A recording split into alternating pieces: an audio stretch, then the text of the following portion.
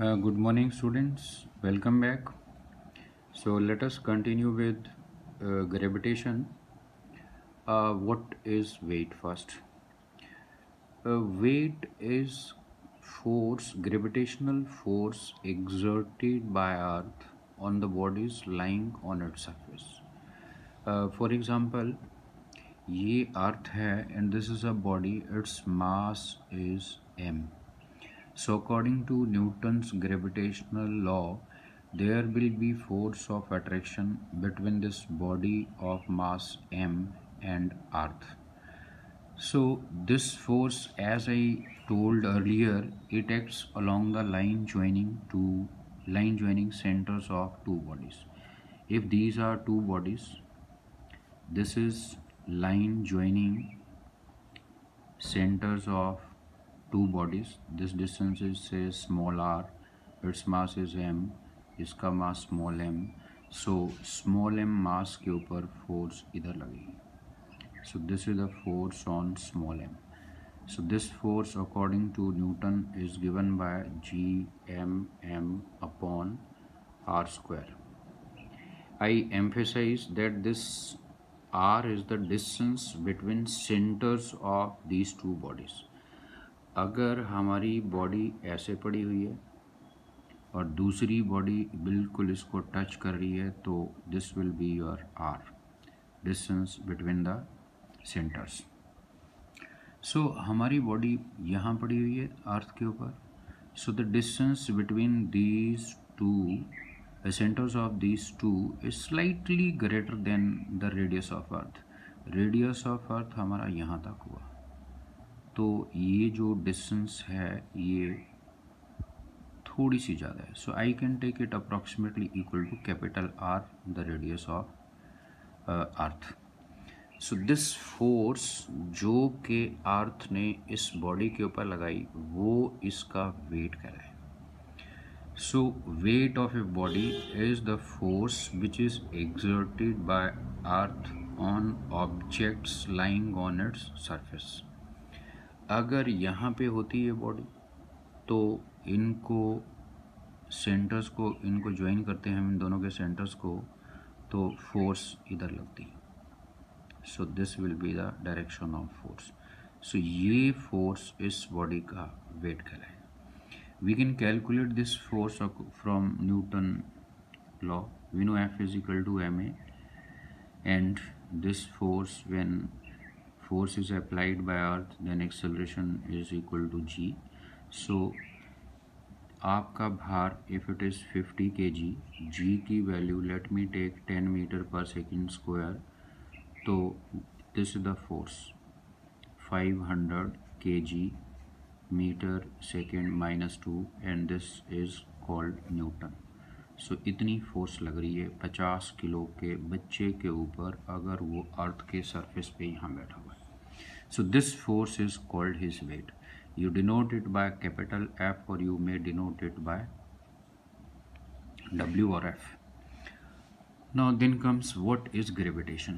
Gravitation is the force of attraction between any two bodies in the universe.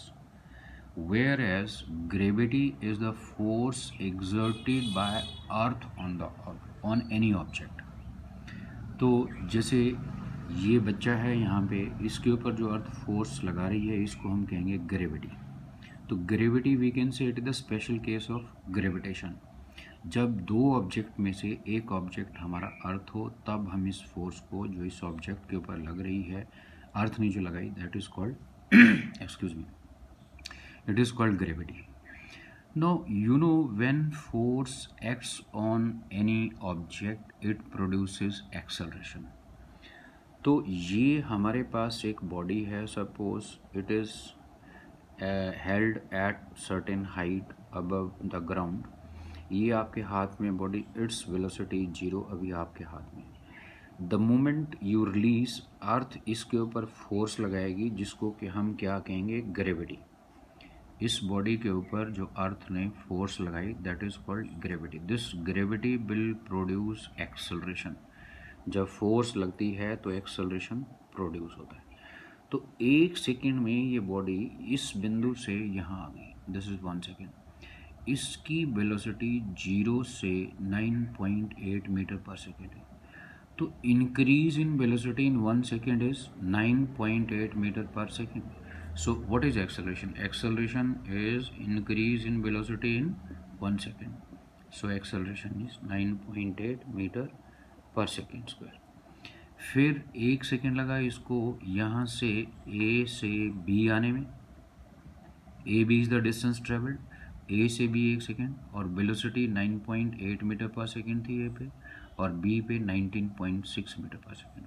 So again there is increase of 9.8 metre पर second. तो यहाँ B से सी फिर से 1 second लिया. B से distance is travelled in 1 second. ये 19.6 metre पर सेकेंड वेलोसिटी थी and here it is 29.4 meter per second. Again from B to C increase in velocity is 9.8 meter per second. So this is acceleration. 9.8 meter per second square is the acceleration. We denote this value by G. So this is called acceleration due to gravity. Gravity means earth की force, वो acceleration जो अर्थ की force ने produce किया, that is called acceleration due to gravity. Now you can change units. Metre is equal to 100 centimetre. तो this is the value of g in CGS unit. Now expression for acceleration due to gravity on the surface of earth. This is body, its mass is m, it is lying on the surface of earth. According to Newton's law of gravitation, this force acting on body of mass m is given by this. I just told you that this distance between center of earth and body is slightly greater than capital R, the radius of earth. So we can take it approximately equal to capital R. According to Newton law, force जो अर्थ लगाएगी that is equal to mg. You know Newton second law से force is equal to ma. But when force is applied by earth, this acceleration is equal to g. तो ये g लिख दिया हमने.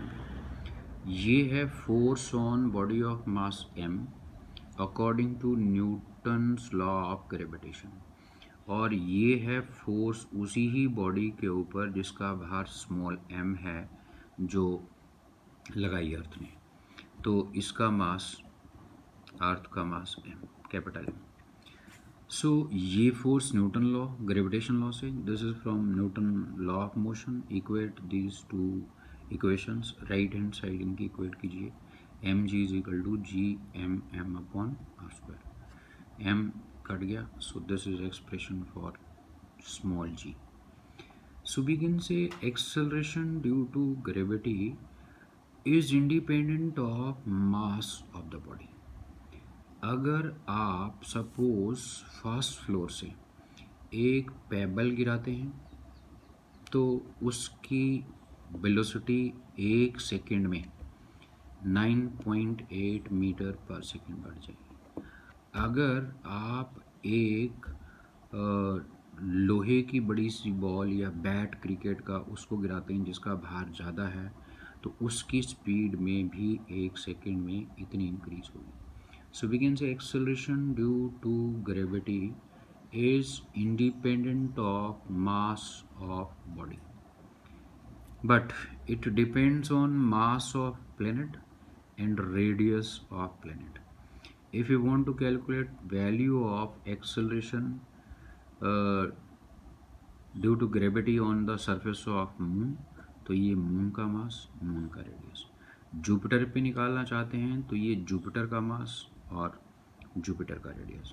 सो we can say it depends on mass of planet and size of the planet. Now mass of earth, from this equation m can be calculated. We know g is equal to this, from here m is equal to gr square by g. Put values, this will be the value of mass of earth. So this is the indirect method to calculate mass of a planet. Now density, you know density is mass upon volume. Earth is spherical in shape, तो ये इसका volume हो गया. Capital R is radius.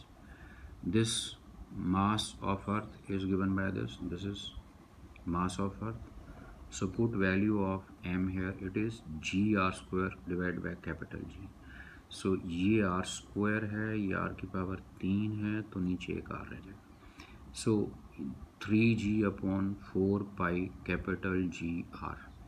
This is equal to 5500 kg meter minus 3 is the density of Earth. Now then comes inertial mass. You know, we need to apply force on a body to produce acceleration, because body cannot change its state of rest by itself. We need to apply force to change its state. And I have also taught you that more mass, more is inertia. So what is inertial mass? It is the mass, it is measure of inertia of a body. Inertial mass is measure of inertia of a body. We know according to Newton's law of motion, force applied on a body is equal to mass into acceleration. This mass is inertial mass. M subscript I लिख रहा हूँ मैं इसको. From here m subscript I is F upon A. If you want to calculate mass of a rickshaw, suppose you applied force of 200 Newton.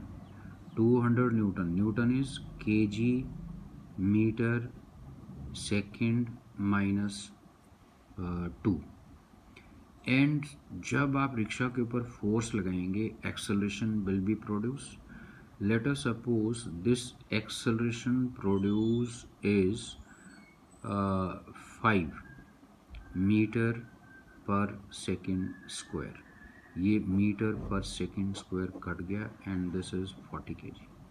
So this is the inertial mass of rickshaw. So how will you calculate? Apply force on object and note the value of acceleration produced by that force. तो इनको divide करके you can get inertial mass of body. Now some of the characteristics of inertial mass. It is directly proportional to quantity of matter. अगर हमारे पास एक rickshaw है और एक car है, व्हाट इज़ द डिफरेंस से इनकी जो इनमें ज़्यादातर आयरन का इस्तेमाल होता है, तो उसमें या leave it, you have a smaller ball of iron, this is bigger ball of iron. इसका मास, इनर्शियल मास कम होगा, इसका इनर्शियल मास ज़्यादा होगा. किस चीज़ की बनी है? आयरन एटम्स आपस में जुड़े हुए हैं. तो छोटी बॉल में आयरन के एटम्स की संख्या कम है, बड़ी बॉल में आयरन के एटम जो आपस में जुड़े हैं उनकी संख्या ज़्यादा है. So we can say inertial mass is directly proportional to quantity of matter या नंबर ऑफ एटम्स जिसकी वो बॉडी बनी हुई है. तो इसमें नंबर ऑफ एटम्स कम, इसमें नंबर ऑफ एटम ज़्यादा, तो इसका इनर्शियल मास भी ज़्यादा. नंबर ऑफ एटम ज़्यादा तो इनर्शियल मास भी ज़्यादा. It is independent of state. अगर सपोज इसका इनर्शियल मास 2 kg है, it is in solid state, you melt it, जो लिक्विड आयरन बनेगा उसका इनर्शियल मास भी 2 kg ही होगा. So there will be no change due to change of state. It is conserved in a chemical reaction. You are familiar with it. It is independent of size, shape. अगर मैं इस लोहे की ball की जो shape है, अभी ये स्फेरिकल है, अगर मैं इसको क्यूबाइड शेप दे दूँ इसी ही बॉल को, तो इनर्शियल मास उतना ही रहेगा. It will not change due to change in its shape. Independent of temperature. and it is independent of presence or absence of objects in the surroundings. जैसे ये रिक्शा है, इसका आप इनर्शियल मास निकाल रहे थे, you apply 200 Newton force and noted the acceleration, दोनों को डिवाइड किया, इनर्शियल मास आ गया। तो पहले जब तुम इनर्शियल मास निकाल रहे थे तो रिक्शा के आसपास कोई और दूसरा ऑब्जेक्ट नहीं था। दूसरी बार आप निकालने लगे तो इसके आसपास एक कार खड़ी हो गई। तो कार के खड़े होने से इनर्शियल मास ऑफ रिक्शा, इसमें कोई फ़र्क नहीं पड़ेगा। It increases with increase in speed, this is Einstein's relation, हम इसको बाद में पढ़ेंगे। m is rest mass, m not is rest mass, m is mass when object is moving with speed v, and c is speed of light. Now gravitational mass. We know, according to Newton law of gravitation, force between two bodies ये होती है। If one of the bodies earth, then capital M से mass of earth, small m mass of body, तो this the force जो अर्थ लगाएगी उस body के ऊपर जो उसके सरफेस पे पड़ी हुई है। From here small m you can calculate, R square को इधर ले जाइए, एफ आर स्क्वायर हो गया, और जी एम को इधर नीचे, तो ये आ जाएगा। सो ये मास, अगर फोर्स ज़्यादा लगेगी बॉडी के ऊपर तो ये मास ज़्यादा आएगा, जिस बॉडी के ऊपर ये फोर्स अर्थ कम लगा रही है तो ये मास भी कम आएगा। So this mass which determines या which depends on magnitude of this gravitational force is called gravitational mass. You will measure gravitational force acting on the body, उसकी वैल्यू यहाँ पे पुट करेंगे, फिर मास निकालेंगे, तो ये मास जो इस मेथड से निकलेगा that is called gravitational mass. So in simple words हम ये कहते हैं कि जब हम न्यूटन्स लॉ ऑफ ग्रेविटेशन से बॉडी का भार मापते हैं तो it is gravitational mass. If you measure by using Newton's law of motion then it is inertial mass. Here inertia does not play any role, we just measure the force, gravitational force, and you will put here value, you can calculate gravitational mass. Then comparison, both are scalar. Comparison between inertial and gravitational mass. Both are scalar quantities. Both are directly proportional to quantity of matter contained in the body. Both are conserved in chemical reaction, independent of shape and size and temperature, and they are equivalent, which I am going to prove. This is earth, its mass is capital M। ये एक body है, इसका जो gravitational मास है that is m subscript I, और चलिए इसका जो ग्रेविटेशनल मास है that is m subscript G। तो आई एम टू प्रूव के दोनों इक्वल हैं, चाहे इसका ग्रेविटेशनल मास माप लीजिए या इसका inertial mass माप लीजिए, and this body is dropped from certain height h above the surface of earth, and this h is very small, से 1 मीटर ऊपर से गिराया आपने इसको। तो यहाँ पे ग्रेविटेशनल फोर्स जो अर्थ ने इसके ऊपर लगाई, this is F equal to g m into इसका gravitational mass divide by r square. Here I am taking r square क्योंकि ये डिस्टेंस है तो वैसे आर से थोड़ी सी ज़्यादा, but value of R is 6.4 10⁻⁶ metre. ये बहुत ज़्यादा है अर्थ का रेडियस। अगर आप ये डिस्टेंस लेते हैं, सपोज ये 1 मीटर डिस्टेंस है सरफेस ऑफ अर्थ से ऊपर, तो इसमें 1 मीटर अगर आप जमा नहीं भी करेंगे तो भी कोई बहुत ज़्यादा फर्क नहीं पड़ेगा, because this height is negligible. So you can still take के दोनों के सेंटर के बीच की distance it is equal to radius. Now according to Newton's gravitational law, this is the force exerted by earth on this body. इसी के ऊपर ही अगर हम फोर्स निकालना चाहें, we can also calculate by applying Newton's law of motion. चाहे आप Newton law of motion से निकालिए इसके ऊपर फोर्स, चाहे न्यूटन्स ग्रेविटेशन लॉ से निकालिए, दोनों से बराबर आएगी। सो अगर ग्रेविटेशन लॉ के हिसाब से फोर्स इस बॉडी के ऊपर एफ है, तो न्यूटन्स लॉ के हिसाब से भी इसके ऊपर फोर्स जो लगेगी एफ ही हो। Equate right hand side of these two equations, ये आ जाएगा हमारे पास। ये यहाँ से ये चीज़ इफ़ यू रिमेंबर आज ही किया, this is equal to small G, expression for acceleration due to gravity. तो ये कट गया जी और G, so M I is equal to M G. So there is no difference between inertial mass and gravitational mass. Now then next we have variation of acceleration due to gravity with altitude. Let us suppose capital M is mass of Earth and capital R is radius of Earth. Suppose at point A acceleration due to gravity is g.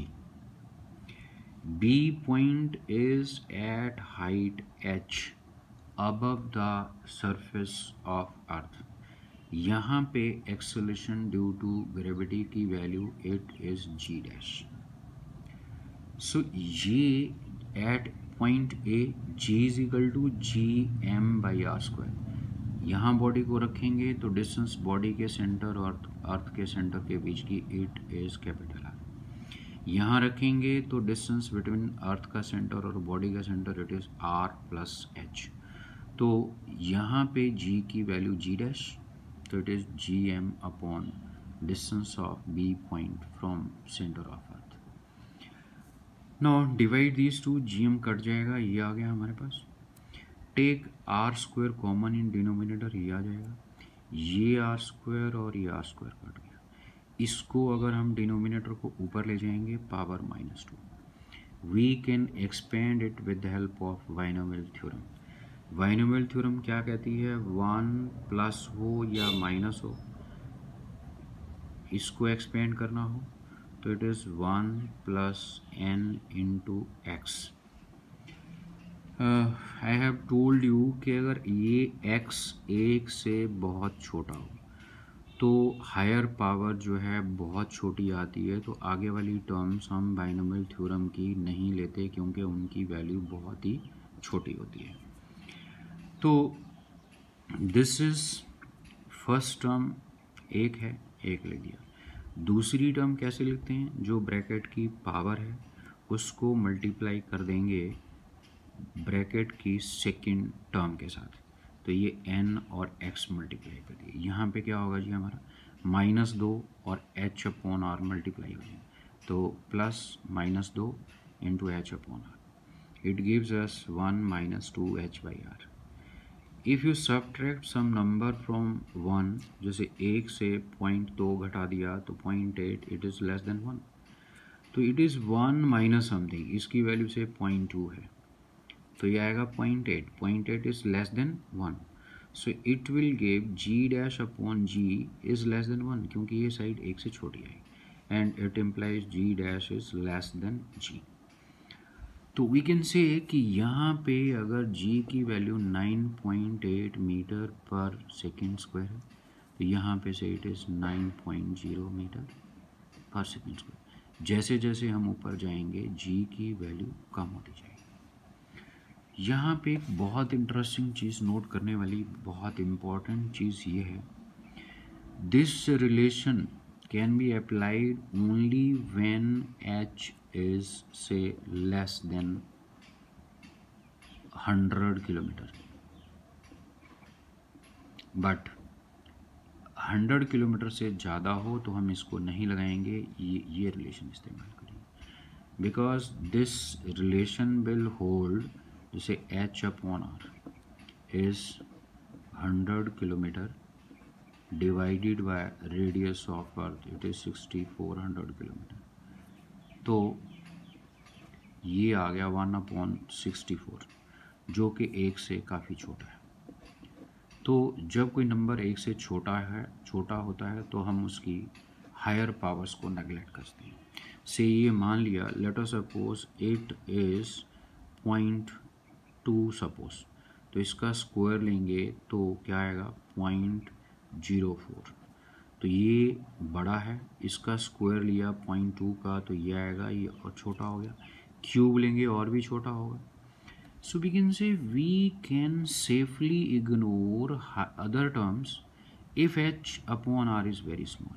अगर h upon r very small नहीं होगा तो इसकी higher powers को हम neglect नहीं करते, तो इसमें आगे भी और कुछ टर्म्स आएगी। So remember this relation can only be used when h is say less than 100 kilometre. अगर लेस देन 100 किलोमीटर है तो चाहे इस रिलेशन को इस्तेमाल करो या इस रिलेशन को करो, दोनों में से लगभग सेम रिजल्ट आएगा। Then after this we have numerical based on it. तो यहाँ पे एक बहुत ही इंटरेस्टिंग चीज़ और, weight of a body on the surface of earth is 63 newton. What is its weight at a height equal to r/2। r/2 हो गया हमारा 3200 kilometre. We cannot use this relation because h जो है काफ़ी ज़्यादा है। सो इसमें अगर हम निकालना चाहें यहाँ से तो g/g' 1 - 2h/r, मल्टीप्लाई m से करो, डिवाइड m से करो। This is value of weight at point से b। यहाँ पे g की वैल्यू g' है तो यहाँ वेट अर्थ की फोर्स mg' होगी, या ये लिख लीजिए f = जो मर्जी लिखो। और यहाँ पे g की value, acceleration due to gravity की वैल्यू g है, तो यहाँ पे वेट, इसको सरफेस पे वेट इट इज़ mg। और यहाँ पे वेट, यहाँ g की वैल्यू g' है तो इट इज़ mg'। तो it is weight at height h, this is weight on the surface. तो इट इज़, इसको लिखिए हम w' एंड ये लिखा w subscript s, s stands for surface. 1 - अच्छा h = r/2, from here r is 2h, तो इस r की जगह 2h पुट कर दिया, ये कट गया, 1 आ गया, 1 - 1 0, सो w'/ws इज 0, एंड इसको इधर ले जाइए ws को, ये आ गया, एंड ws गिवन 63, तो w' इज 0। तो ये गलत है बिकॉज ये formula we can use only if h is less than 100 kilometre, जो कि यहाँ बहुत ज़्यादा है, वी कैन नॉट यूज़। सो इस फॉर्मूले को हम इस्तेमाल नहीं करेंगे। सो क्या करेंगे इस्तेमाल जी, ये g = दिस, g' = दिस, ये formula, multiply and divide left hand side by m, ये आ जाएगा। This is weight at b, this is weight on the surface. The h की वैल्यू r/2 पुट कर दी, डिनोमिनेटर विल बिकम 3r/2 का square, it is 9r²/4, r² cut गया, w surface 63 को इधर ले आइए, it is 28 newton. Now next second, variation of g with depth. चलिए यहाँ पे एक्सेलरेशन ड्यू टू ग्रेविटी की value again it is g। ये अर्थ के ग्राउंड में एक नीचे खोदो टनल सी, यहाँ तक गड्ढा, यहाँ पे इस जगह पे जो वैल्यू है इट इज़ g', और ये depth it is d। So at point a this is expression for acceleration due to gravity. जब बॉडी को यहाँ रखेंगे तो ये डिस्टेंस बॉडी के और अर्थ के सेंटर के बीच की, this is r - d। So when body is placed at v, तो ये यहाँ रखेंगे तो डिस्टेंस अर्थ के सेंटर से r - d, और इसका मास, ये जो इनर स्फेयर है डॉटेड से, इट्स मास इज m', क्योंकि जब हम यहाँ रखेंगे तो सिर्फ अर्थ का ये मास, ये जो इस डॉटेड स्फीयर के अंदर है, वो ही इस बॉडी को अपनी ओर खींचेगा। जब यहाँ थी बॉडी तो ये सारा सॉलिड स्फीयर जो है ये खींच रहा था अर्थ को। What when it is placed at this point, only the mass of earth which lies within this dotted sphere will attract. इसका मास m डैश। सो divide g dash and g, ये कैपिटल G कट जाएगा, ये आ गया। We know mass is density into volume. तो अगर हमने बड़े वाले सॉलिड स्फीयर का मास निकालना है तो ये डेंसिटी सॉलिड स्फीयर की इनटू वॉल्यूम, इसका वॉल्यूम है 4/3 पाई आर क्यूब। बड़े वाले छोटे वाले का निकालना है तो ये छोटे वाले वॉल्यूम के साथ, छोटे वाले स्फीयर के वॉल्यूम को मल्टीप्लाई कीजिए, ये m डैश आ गया। You can say it is m dash rho v dash. This is the volume of inner sphere, this is volume of outer sphere। ये है mass of outer sphere और ये है mass of inner sphere। Density earth की हम ये मान के चल रहे हैं कि सभी जगह से। सो ये m डैश और m की वैल्यूज, रो कट गया, 4 पाई ये भी कट गया, और एक यहाँ से ये 2 पावर है, नीचे 3 है तो 1 पावर रह जाएगी आती। इस ब्रैकेट की पावर 2 है, इसकी 3 है तो 1 पावर रहेगी। सो ये रह गया हमारा। It can be rewritten 1 minus D by R, and from here it is very clear again, right hand side is less than 1, so G dash upon G is less than 1 और G dash is less than G. So चाहे हम यहाँ से ऊपर जाएं, अर्थ के surface से जी घटेगा, और अगर हम यहाँ से नीचे आएंगे तो भी जी घटेगा, और घटते घटते सेंटर पे it will become 0। Now this is formula relating value of acceleration due to gravity on surface, and this is at depth d। From here इस g को इधर ले आइए आप, मल्टीप्लाई हो जाएगा इधर g और ये minus D by r into g, ये आ गया। फिर इस g डैश को इधर ले आओ और ये माइनस वाली टर्म इधर आ जाएगी, so you will get this. इसमें g और r जो है they are constant, so it gives us g minus g dash is directly proportional to d। At the centre of earth, see carefully, अगर हम यहाँ से डेप्थ मापेंगे तो A से B की डेप्थ ये है D। अगर C पॉइंट की डेप्थ लेंगे तो ये और बढ़ गई, AC और ज़्यादा हो गया, और बॉडी को यहाँ ले आएंगे D पे तो डेप्थ D पॉइंट की सरफेस पे कितनी हुई, AD। और अगर हम सेंटर पे आ जाएंगे तो ये डेप्थ जो है D की value it becomes equal to capital R। So अगर आपको सेंटर पे निकालना है, सी पे निकालना है आपको एक्सेलरेशन ड्यू टू ग्रेविटी, तो सी पॉइंट की डेप्थ होगी ए सी। डी पे निकालना है तो डेप्थ होगी ए डी। अगर ओ पे निकालना है तो ये डेप्थ बन जाएगी आर के बराबर। तो वी कैन से अगर सेंटर पे एक्सेलरेशन ड्यू टू ग्रेविटी की वैल्यू निकालनी है तो D will become equal to capital R. So at the centre of earth D is equal to R, so put here D is equal to R, तो ये क्या बन जाएगा, if I put here d is equal to r, तो this will be value of acceleration due to gravity at the centre of earth. So g dash upon g is 1 minus d की जगह r, so 1 upon r upon r 1, so 1 minus 1 it is 0, 1 minus 1 0, so ये आ गया फिर हमारा g dash upon g is 0, और इधर ले जाइए इसको g को, this is equal to, so g dash is 0। तो सेंटर ऑफ अर्थ पे एक्सेलरेशन ड्यू टू ग्रेविटी की वैल्यू 0।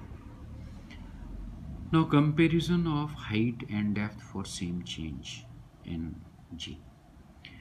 वी नो अगर हम सरफेस से ऊपर जाते हैं तो भी g घटता है, नीचे आते हैं सरफेस पे तो भी जी घटता है। This is surface, here value of g 9.8। तो ये हम यहाँ गए, यहाँ वैल्यू रह गई 9। This point is at height H. और हम यहाँ से नीचे आए और यहाँ पे this is capital sorry small D, और यहाँ भी जी की value 9.0। So what is the relation between D and H. तो यहाँ पे भी जी की वैल्यू जी डैश जो है, I will write it G D, और इसको लेता हूँ मैं जी एच। तो जितनी यहाँ पे है बी पे उतनी ही सी पे, दिस इज ए। तो here g h is equal to 9.0, here g d is equal to 9.0। So we know, इसको अगर हम जी डैश के बजाय if I write it g subscript d, g subscript d which mean d for depth upon g is equal to 1 minus d by r. We can write it g with depth is g 1 minus d by r. जो altitude के साथ था that was g dash upon g is equal to 1 minus 2h upon r. So इसको g dash लिखा था, I am writing it gh. So from here gh is g, g इधर चला जाएगा 1 minus 2h by r. So ji H and G D equal होनी चाहिए। तो ये जी और जी कट गए, ये आ गया, ये 1 और ये 1 कट गया, ये माइनस और ये माइनस कट गया। So d is equal to 2r। Now numerical based on it, what is the weight of a body half way down to the centre of earth. Means आप यहाँ से ये अगर आर है तो यहाँ नीचे आ गया, and this is r by 2, सी की depth. So d is r by 2। तो at a depth r by 2 हमने g की वैल्यू निकाली। So we know this g dash upon g is equal to this, d is equal to r by 2, and it gives us r is equal to 2d। सो इसको m से गुना किया, m से multiply किया, m से divide किया। This is weight at depth d, this is weight on the surface 1 minus D upon R की value 2d। So ये हाफ आ जाएगा यहाँ पे, 1 minus half means half. So ये w dash upon W S, ये surface पे weight half. So it is given कि डब्ल्यू एस जो है 250 है। So W dash is half of W S 125। Last, variation of g with shape. We know earth is not a perfect sphere, it is elliptical in shape. इसका ये radius ज़्यादा है equator का, और पोल का ये रेडियस कम है। This is r p radius, this is r e, e stands for equator, p for pole. तो अगर यहाँ बॉडी है तो ये डिस्टेंस लेनी पड़ेगी फोर्स ऑफ अट्रैक्शन निकालने के लिए बॉडी के और अर्थ के बीच में। सो अगर यहाँ है बॉडी तो ये डिस्टेंस होगी, ये थोड़ी सी कम हो गई आर ई के मुकाबले। सो और यहाँ पे निकालनी है एक्सेलरेशन ड्यू टू ग्रेविटी की वैल्यू, तो ये ली जाएगी डिनोमिनेटर में डिस्टेंस जो ये है। सो जैसे ही हम इक्वेटर से पोल की तरफ इधर जाएंगे तो distance of body from the centre of earth will go on decreasing. Or अगर डिक्रीज करेगा तो जी बढ़ेगा। सो वी कैन सी यहाँ पे सबसे कम होगा रेडियस, तो पोल पे सबसे कम, तो जी पोल पे सबसे ज़्यादा। So that's all in this lecture. Thank you for watching.